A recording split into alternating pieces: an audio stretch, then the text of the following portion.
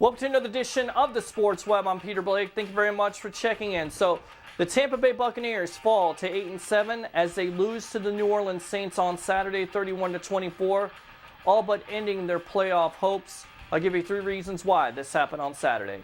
My number 1 reason would be Jameis Winston, 23 for 35, 277 yards, and with those 2 touchdowns, Winston ties a franchise record held by Josh Freeman in 2010 with 27 touchdowns.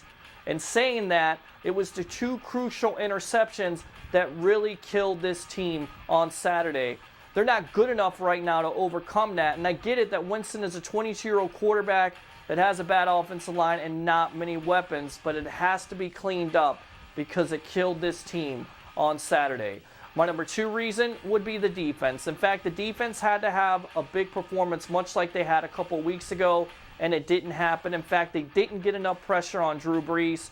23 for 34, 299 yards and a touchdown. And on top of it, the defense couldn't stop the running game.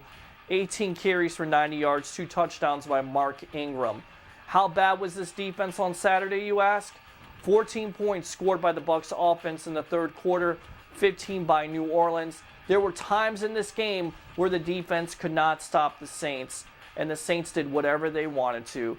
This really came back to haunt this team on Saturday. And my number 3 reason would be the running back situation now. Jacquizz Rodgers, 15 carries for 63 yards and a touchdown. It's not bad.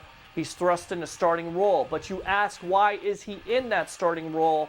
It started on Saturday when Doug Martin was a healthy scratch. We know now, after today's announcement, the NFL has suspended Martin 4 games starting on Sunday for PED use.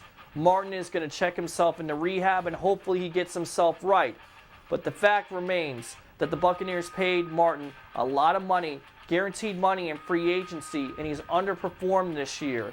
So I would not be surprised if the Buccaneers look at other options. They needed Martin on Saturday, and they didn't have him, and that's disappointing. And it pretty much sums up the day that the Buccaneers are disappointing. They had everything in front of them. What they had to do was win out. You should beat a team like the New Orleans Saints. And I said it a couple weeks ago. We would see if this team was a playoff contender. Unfortunately, the question has been answered. They are not. For another edition of the Sports Web, I'm Peter Blake, giving you something to think about. And hey, everything is not lost because on Sunday, on New Year's Day, they have a chance to have a winning record at 9-7 if they beat the Carolina Panthers. So it's not all lost.